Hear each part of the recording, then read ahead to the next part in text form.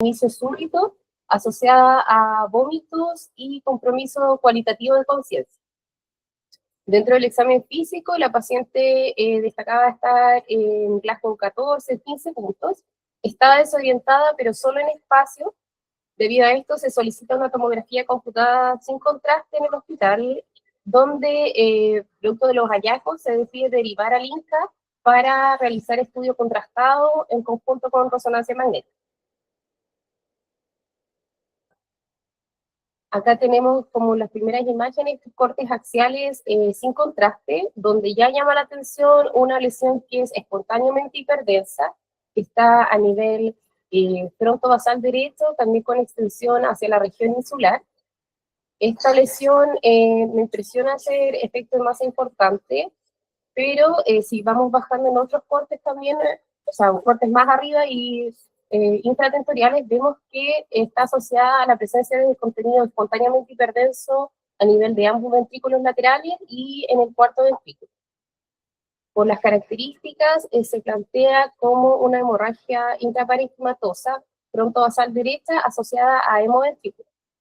Se complementa el estudio con la angiotomografía que vemos acá, donde ya llama la atención que adyacente, por lo menos, a la arteria cerebral media, en su segmento tanto M1 como M2, existe este nido malformativo que tiene probables aferencias de estos segmentos de la ACM, que se encuentra justo adyacente al hematoma intraparenquimatoso, es de aproximadamente 14 milímetros de diámetro. Como vemos acá en ya una imagen como con más zoom, existe un aparente drenaje venoso que es el único que llama la atención, por lo menos en esta angiotomografía, y que se extiende hacia el territorio del seno estenoparietal. Acá en la reconstrucción tridimensional confirmamos la presencia de este nido malformativo y que sale de algunos vasos, algunas ramas por lo menos de M1 y del segmento M2, por lo que se plantea como una malformación arteriovenosa fronto-basal derecha rota, complicada con hemorragia intraparenquimatosa y con un hemoventrículo supra- e infratentorial sin dilatación ventricular asociada. Se decide el estudio con angiografía, donde vemos efectivamente que esta malformación se extiende en aproximadamente 14 milímetros de diámetro. Viene de ramas, sus ramas aferentes son múltiples, son vasos displásicos y que vienen de los segmentos de M1, de M2, y también se ven algunos de la rama del lentículo estrial lateral. El drenaje venoso es único y efectivamente era esta rama que veíamos en la angiografía y que llena a través del seno venoso estenoparietal. Acá vemos las imágenes de resonancia que se tomó para complementar.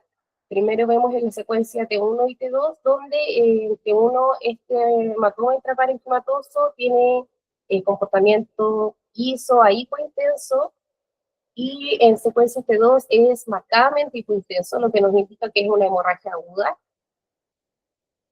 Vemos en los segmentos, este es un estudio con contraste, no es una angioresonancia, pero sí se logra ver por lo menos este nido malformativo adyacente a en los segmentos M1 y M2.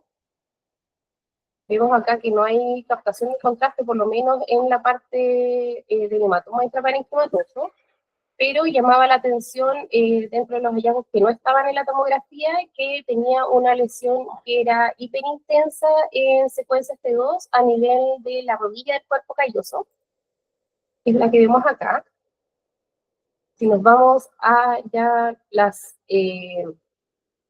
secuencia de difusión, vemos que el hematoma no restringe, pero sí esta lesión que estaba en la rodilla del cuerpo calloso presenta restricción.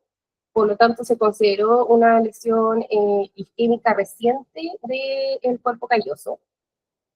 Acá, más para complementar igual dentro de estas imágenes, la presencia del el hemoventrículo que se confirma con este artefacto de susceptibilidad magnética. La paciente finalmente se catalogó dentro de la angiografía como una Spetzler-Martin grado 1. No tenía indicación de tratamiento endovascular, por lo que el equipo finalmente de neurocirugía decidió realizar microcirugía.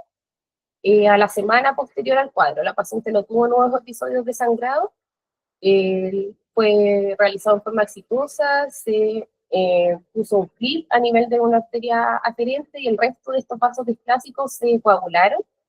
En el control ya con angiotomografía anual vemos que no hay signos de remanente ni de recidivas de este nido malformativo, no aparecieron otros nidos ni tampoco dilataciones enigmáticas, y sí se mantuvo una lesión hipodensa frontodorsal derecha a nivel opercular y también insular, que era compatible con cambios ya de aspecto secuela. Entonces vamos a hablar un poco de las malformaciones arteriovenosas cerebrales. Dentro de nuestros objetivos tenemos estos 6 puntos, que era describir las malformaciones arteriovenosas en una primera instancia, evaluando su definición, la epidemiología y la clasificación principalmente, ver los factores de riesgo y las etiologías que contribuyen a esto, también dentro de esto los factores genéticos que pueden existir, explicar el diagnóstico clínico y por imágenes de las MAP, revisando las técnicas de angiografía, resonancia y tomografía computada principalmente, las manifestaciones clínicas y las complicaciones de las MAP, como son el riesgo de hemorragia y el déficit neurológico, las distintas opciones de tratamiento que están disponibles, ya sea endovasculares, resecciones quirúrgicas, como fue el caso de la paciente, y la radioterapia, y además el pronóstico de los pacientes con malformaciones arteriovenosas, según los distintos factores que podemos evaluar, como su localización, el tamaño, el tipo de malformación y el impacto que va a tener en los tratamientos. Entonces tenemos que las malformaciones, la definición en sí es que están conformadas por un audillo vascular que se va a comunicar en forma directa con los vasos arteriales y venosos, por lo tanto no hay existencia de un lecho capilar de por medio. Es el que nos ayuda acá para el transporte de oxígeno, como nosotros sabemos. Dentro del enfrentamiento podemos verlo según el vaso afectado, si es las malformaciones vasculares son venosas, arteriales o capilares, pero el enfrentamiento que nos sirve a nosotros o que se basa en radiología es según la función, si existe o no la presencia de un chant vascular. Si las lesiones que son con chant, dentro de estas va a estar la malformación arteriovenosa. Otras son las fístulas arteriovenosas, la malformación de vena de Galeno, y otra que se puede considerar como un subtipo de MAP es la angio, perdón, la angioproliferación. Y sin TAN, la telangiectasia capilar, el cavernoma, los sinus pericrani y la anomalía del desarrollo venoso. Bueno, continuando con mi compañera, vamos a hablar someramente respecto a la malformación arteriovenosas. Como ella dijo, también hay varias clasificaciones entre la comunicación y sin comunicación. Específicamente aquí habla si el tratamiento es endovascular o quirúrgico. Dentro de las comunicaciones con comunicación tenemos las malformaciones arteriovenosas, las fístulas arteriovenosas, que principalmente no tiene oído, que ahí hace la diferencia, las malformaciones de la vena de Galeno, también la sin comunicación, la angiograma venosa, el seno pericranial y malformaciones venosas. Importante mencionar también que tenemos una aferencia y una diferencia, específicamente la parte nutricia en la aferencia, que puede tener una o dos, y siempre hay que buscarla. Y posteriormente, si lo vemos en la imagen que está al lado, acá posterior, podemos tener este ovillo que hace, que tiene gran irradiación y puede generar también una complicación posterior. Dentro de la etiología se hablan de dos efectos importantes, o dos líneas. La más importante, la cual dice que es un efecto congénito del desarrollo vascular, que esta se puede generar a nivel de entre la cuarta a la octava semana, generando una desregulación en el proceso de angiogénesis. Ahora, si tenemos un factor genético que existe en este tipo de pacientes, tenemos una mayor tasa de hemorragia. Se habla de una hemorragia más o menos entre un 2 a un 4% anuales. Ahora también, los últimos estudios se hablan que hay unos genes que están expresados en estas células, en las células endoteliales, específicamente el GLUT1, que es el transportador de la glucosa, y también el MM2, que está diferenciado entre el 2 al 9, en la cual también dice que hay una proliferación del epitelio angiogénesis, y estas generan una alteración congénito en este proceso llamado angiogénesis, posteriormente. Vamos aquí en una terminología. En esta malformación aterovenosa cerebrales tenemos la piel, que es la clásica, en la cual es una malformación aterovenosa parenquimatosa profunda a la vía madre, y también tenemos la mix dual, en la cual es una malformación aterovenosa con componente parenquimatoso y dural. Dentro de las generalidades también podemos hablar sobre las anomalías vasculares, que eso ya lo mencionamos, pero también existen varias clasificaciones vasculares. Entre ellas, la histopatogénica, que no vamos a mencionarla, pero sí la clasificación funcional que ya hemos hablado posteriormente. Dentro de la patogenia, la ubicación por lo general es un 85% supratentoriales versus un 15% que son infratentoriales. El número, por lo general, son únicas y solamente entre un 2 a un 4% genera por otro tipo de alteración. Entre ellas, la Osler-Weber, y dentro del tamaño puede ir variando, puede tener una microvascularización y puede, en algunos casos, que es un diagnóstico diferencial, puede tomar un hemisferio, que lo vamos a mencionar posteriormente. El promedio más o menos del tamaño varía, pero se habla entre un 2 a 6 centímetros. La forma puede ser ovoidal, puede ser en cuña, y por lo general hacia los vértices de los ventrículos. ¿Ya? Es importante tener como claro esto para poder diferenciarlo posteriormente. Ahora, en la patogenia tenemos una estructura en la cual vamos a tener un nido vascular, una arteria nutricia y de drenaje, que eso también hay que identificarlas. Vamos a tener lechos vasculares. Por lo general, estos nidos pueden generar un aumento de calibre, un grosor parietal. También identificar si tenemos un aneurisma nidal, alrededor del 50% de estos casos, y también los aneurismas del pedículo, que son más que nada introducidos por el flujo, y también en algunos casos también se han hecho que hay la angiogénesis de sucesión digital, podemos tener una alteración de los aneurismas posteriores, inducidos por el flujo. También vamos a tener una alteración a nivel del parénquima vecino, vamos a tener una gliosis, cambios químicos secundarios, residuos hemáticos, según la evolución que tenga esto. También se habla de más o menos un 40% que puede tener una calcificaciones distróficas que son más o menos frecuentes. Dentro de las características clínicas, la frecuencia se habla entre un 0,2 a un 0,1% de la población general. No hay una diferenciación entre hombres y mujeres. La edad que presenta más o menos en estos casos habla entre los 20 a los 40 años, pero una edad como promedio habla de los 50. Por lo general, en la parte clínica habla de una cefalea secundaria a una hemorragia, por lo general son con red flash, y una hemorragia areginoide, más o menos un 30%. Vamos a tener unos síntomas focales neurológicos que habla más o menos un 25% y un 13% un paciente que va a tener una epilepsia refractaria. La evolución natural, más que nada, vamos a tener un riesgo de hemorragia por año, se habla entre un 2 y un 4%. Hay un factor conocido que es predecir mayor riesgo de hemorragia con déficit neurológico neumorrágico, y también hay una tabla que hace mención de esto específicamente. Y hay una regresión espontánea que es muy raro, más o menos un 1% en estos casos. La evaluación imaginológica habla principalmente de un estudio angiográfico que permite definir la arteria nutricia y las venas de drenaje, que es importante para ver la clasificación posterior que le vamos a mencionar. La angioresonancia, que es una parte más o menos de información del patrón de flujo intranidal, y esta angiografía de sucesión, que en 3D, que es el gol estándar para definir detalles de la configuración vascular, y especialmente la angioarquitectura posterior. La resonancia, vamos a hablar del estado del parénquima vecino, la gliosis, residuos hemáticos, etc. Y también nos permite evaluar la localización de las áreas elocuentes del cerebro. También los vamos a mencionar un poquito más adelante. Dentro de la evaluación imaginológica, en TCE vamos a tener tres componentes importantes. No olvidar que ver la arteria nutricia, el nido central compacto difuso y las venas de eferencia. También lo típico que vamos a ver es este saco agustanado con nula o mínima componente del parénquima adyacente.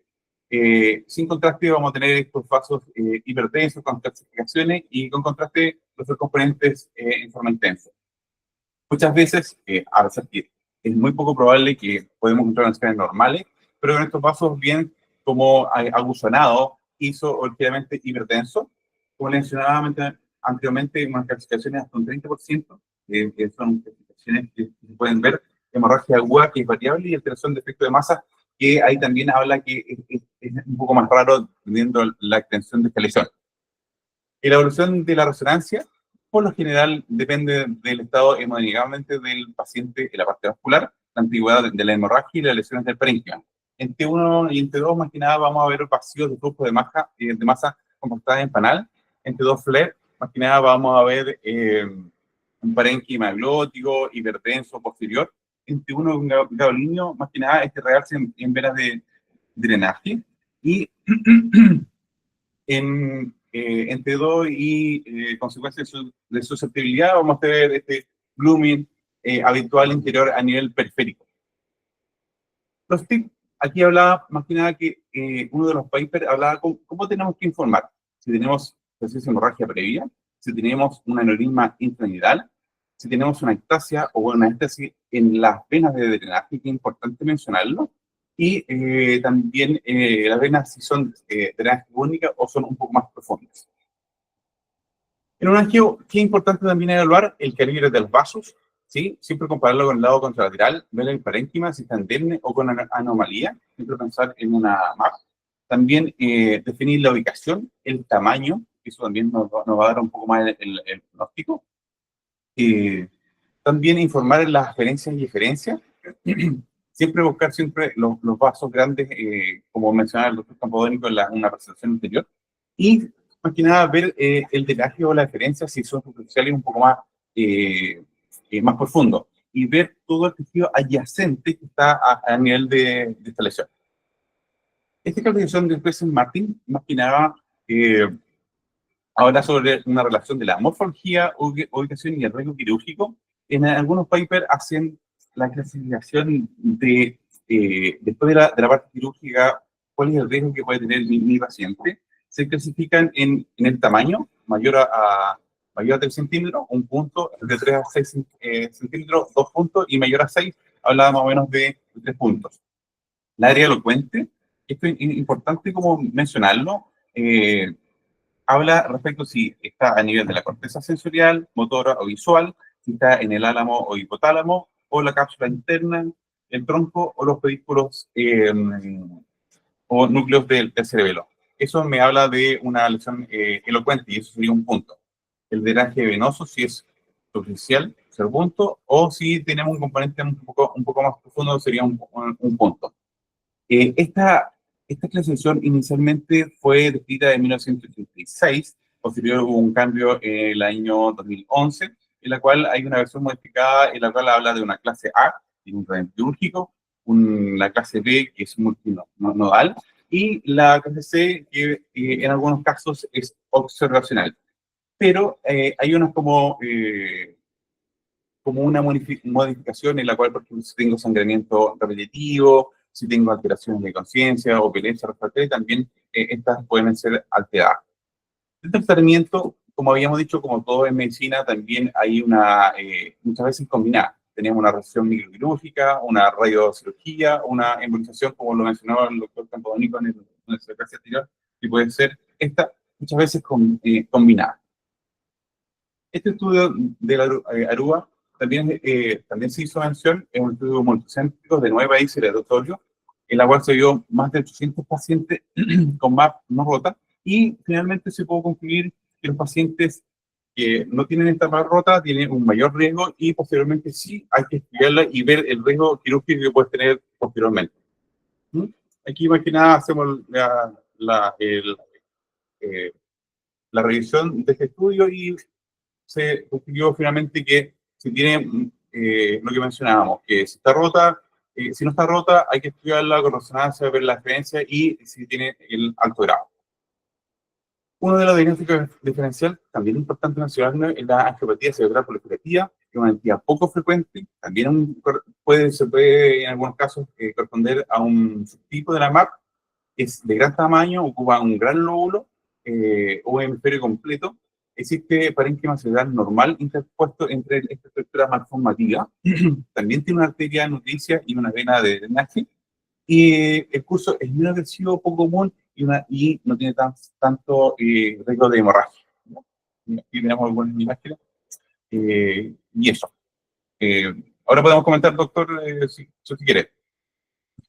Ya, bueno, primero que todo felicitar a Vanessa y a Marcelo porque eligieron el caso muy bien, en un caso bien bonito de la parte pediátrica. Acuérdense que a veces estas malformaciones vienen congénitas, entonces pueden manifestarse en cualquier momento de la vida. Y en ese caso en particular que mostraron el primero, tenía bastantes números para poder sangrar esa malformación, porque a pesar de no tener un drenaje profundo, ni ningún aparente aneurisma, ni de flujo, ni intrarenal, tenía una sola vena eferente. Entonces, por supuesto, eso, al no tener una red capilar, hace que esa vena eferente única soporte todo el peso de la ACM, que era su pedículo nutricio, y finalmente sangró.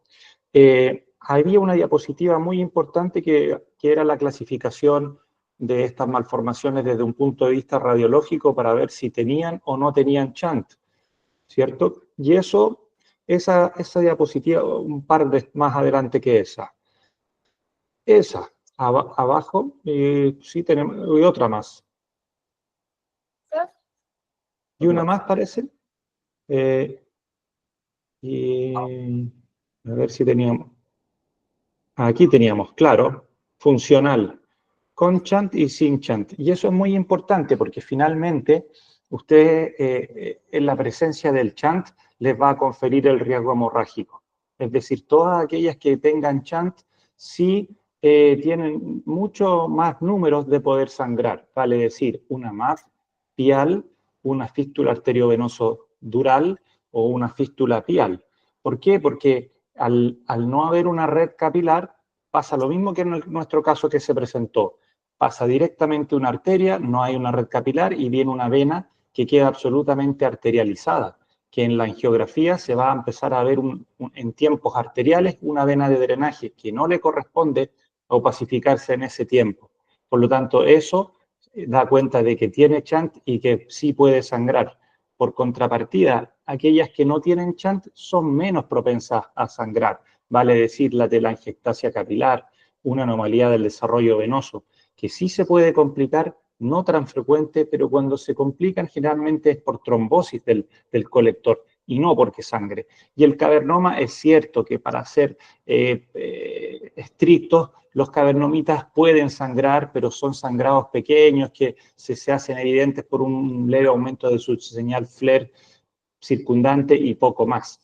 A veces son sangrados grandes, pero no obedecen a un factor de shunt, ¿ya? No, porque ahí no hay este puente, por así decirlo. Ahora también lo mencionaron ustedes, para complicar un poquito las cosas, hay malformaciones piodurales, es decir, son mixtas. Y eso ocurre generalmente cuando ustedes se encuentren a una MAP que sea muy periférica, muy pegada a la corteza.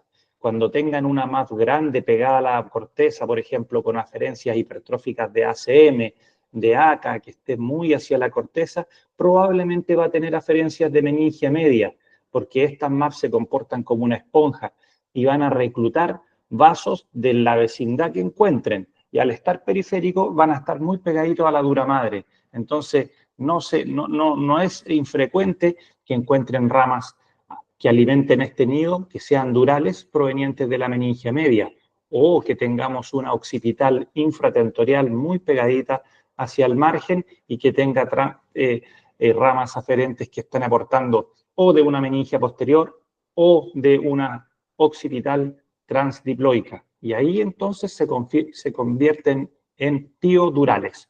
Pero lo que ustedes mostraron, el caso es netamente pial, porque viene de ramas piales, aferencia ACM. La clásica. Claro, la clásica. Generalmente van a ser así. Yo esto les digo para cuando las vean en la periferia. Por resonancia, por angiotac, va a ser difícil ver el componente dural. Eso lo vemos más por angiografía convencional. Pero sí pueden ver que la meningia media viene hipertrófica cuando la comparan con la del lado contralateral. Y ahí podrían decir, mira, probablemente también esta MAC tenga un aporte dural. ¿Qué otra cosa mencionar? El caso del paciente pediátrico es muy buen caso y eso también habla que estas malformaciones para tratarlas y para diagnosticarlas también son complejas, porque sobre todo para tratarlas, porque muchas veces tú tienes que buscar el mejor tratamiento de cualquiera de las herramientas que tengamos para que el paciente salga lo mejor posible, ojalá intacto neurológicamente. En este caso, lo más probable es que haya pasado es que muchas de estas ramas aferentes iban a nido, pero otras ramas también iban a parénquima sano. Entonces, si tú embolizabas esos pedículos, ibas probablemente a cerrar nido, pero también podrías generar infartos en zonas adyacentes que no conformaban parte del nido. Y esas son las ramas llamadas en pasaje, en passage, porque viene de origen francés. Y esas para esos pedículos, para hacer en forma endovascular, no conviene. Y es por eso que decidieron quizás clipar el aferente principal, desaferentar esta MAC vía quirúrgica y fue una excelente decisión. No tengo explicación para el infarto de la rodilla del cuerpo calloso, quizás fue por fenómeno de robo, que toda esta MAP se llevaba el robo y generó quizás el infarto eso en el esplenio del cuerpo, en la rodilla del cuerpo calloso. Pero un caso muy bonito y muy bien presentado. Ahí con esto dimos un poco de repaso de todo lo que hay que ver en una MAP. No se olviden que cuando diagnostiquen una MAP por TAC en una paciente que viene por convulsiones o por cefalea a la urgencia, le hacen el TAC basal, ven una leve hiperdensidad, háganle de una vez el angiotac, la intentan caracterizar y después inmediatamente viene la resonancia. ¿Y qué les va a aportar la resonancia por sobre el angiotac? Dos cosas importantes. Tener primero una localización más precisa de dónde está el nido, porque a veces el nido está netamente intraparenquimatoso, otras veces está más cisternal y ahí les puede ayudar la secuencia CIST-T2 fina. Y por otra parte, las secuencias SUI y gradiente van a permitir si esta malformación habrá sangrado en algún momento y el paciente no se dio cuenta. Y ahí les confiere un mayor grado de responsabilidad para tratar de ir a estudiarla y cerrar lo que pudo haber sangrado y que no venga el paciente con un resangrado. Esa otra cosita que apuntar. Y lo último que apuntar en la clasificación final, es cierto que la Spetzler-Martin A se mencionó como quirúrgica, pero ojo que también para hacerlo endovascular, para nosotros es una buena alternativa el que tenga un nido pequeño, porque imagínense que tenga un nido muy pequeñito y se ubique en el tálamo, bueno, ahí ya no va a ser un Spetzler 1, pero que sea un nido pequeño en una zona no elocuente, pero muy profunda, va a ser mejor endovascular para no hacer un trayecto quirúrgico tan largo. Entonces, yo ahí tengo mis dudas con lo del tratamiento netamente quirúrgico para un Spetzler A. Lo que sí está claro, deben ir todas a angiografía para que con los tres elementos que tengamos, TAC, angiotac, angio-RM y angiografía, podamos decidir el mejor tratamiento, porque no se olviden nunca que esto va a ser siempre multidisciplinar. Y hay que discutirlo en un comité con todos los vasculares, neurocirujanos, neurólogos, neuroradiólogos y sacar la mejor arquitectura en beneficio del paciente. A ver si se me queda algo más. Dígame. En esta clasificación, por lo general, decían algunos estudios que es más descriptiva. De acuerdo. No tanto el contacto, pero sí, por ejemplo, era necesario describir todo, predicaciones, riesgo y el tamaño, pero que finalmente se ocupaban un mix de tratamiento que sea más idóneo para el paciente, como en este caso. Sí, sin duda, sin duda. Al final lo que tú quieres es desaferentar la MAP haciendo el menor daño posible. Y lógicamente si te encuentras con estas ramas en passage o cosas por el estilo, no va a ser bueno para endovascular. Por otra parte, si sangró netamente el aneurisma, tú vas, embolizas el aneurisma que sangró, das tiempo para ver cómo se va a tratar el nido. Son todas distintas, no hay ninguna que sea igual a otra. Por lo tanto, es muy bueno discutirlas en un comité. Y lo último, a ver si se me queda algo más. No, nada más que felicitarlos. Excelente, hemos tocado en 2 sesiones gran parte de lo que debemos saber de esto de las MAPS. No escatimen en hacerle el angio-TAC cuando tengan las sospechas en un TAC simple en la urgencia. Les va a dar mucha más información y ya con lo que hemos visto van a poder hacer un informe bastante más acotado a la patología. Así que súper bien. Más adelante, para seguir en la misma línea, vamos a ver unas patologías semejantes a esto, pero en donde el chante está en la dura madre. Así que hablaremos más adelante de las fístulas durales, que tienen bastantes diferencias con las MAP, aunque en la imagen en ocasiones se ven bastante parecidas, pero son distintas. Así que nada, felicitarlos y esperar vernos pronto en otra de estas sesiones. Muchas gracias, doctor. Que estén súper bien. ¿Alguna otra pregunta? No sé si alguien más tiene preguntas, por favor. El doctor Araya levantó la mano. Porfa, Rodrigo. Hola, ¿cómo están? Felicitaciones, Marcelo, Vanessa, muy buena presentación. Quería aportar algo en la imagen. ¿Podrían poner la imagen del cuerpo calloso, por favor? Tras eso, bueno, se notó amor propio y harto trabajo, así que se agradece.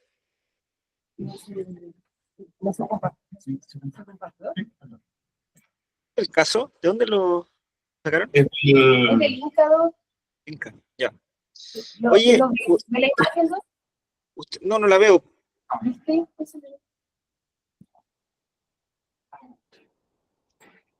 Ustedes dijeron que en la evolución, en el escáner de control, tenía una secuela isquémica, ¿no? Sí. ¿Ustedes vieron si la secuela isquémica comprometía la rodilla, el cuerpo calloso? No, por lo menos, doctores, no tenía otra resonancia de control. De hecho, después solo quedó controles con angiotomografía y la lesión era más secuelar, como justo en el área de los cambios postquirúrgicos. No, no se veía como alguna hipodensidad, por lo menos a nivel del cuerpo calloso. La imagen del cuerpo calloso es una lesión que restringe. Sí. ¿Cierto? Sí. Ya pongan esa misma imagen en el esplenio del cuerpo calloso. Ah. ¿Qué otro diagnóstico puede ser?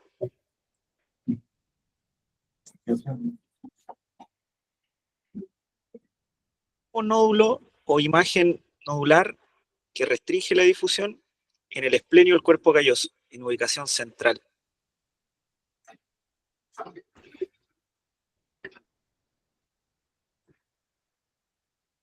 ¿Cualquiera?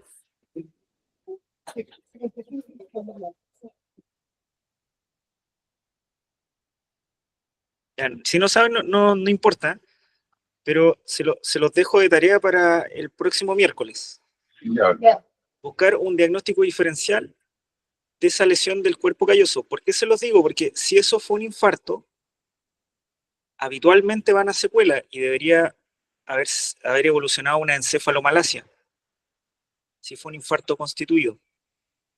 Pero hay otra alternativa diagnóstica. El cuerpo calloso es una región que habitualmente está afectada por una entidad. Y esa entidad quiero que la revisemos para el próximo miércoles. Antes de partir el Journal Club, lo comentamos. Ustedes mismos me dicen, Doc, saben que nos parece que puede ser esto, solo por imágenes, pero la evolución, ahí me hacen como un análisis de qué otra cosa puede ser. Ya, pero súper buenas, gracias. Gracias, Pedro. Nos vemos.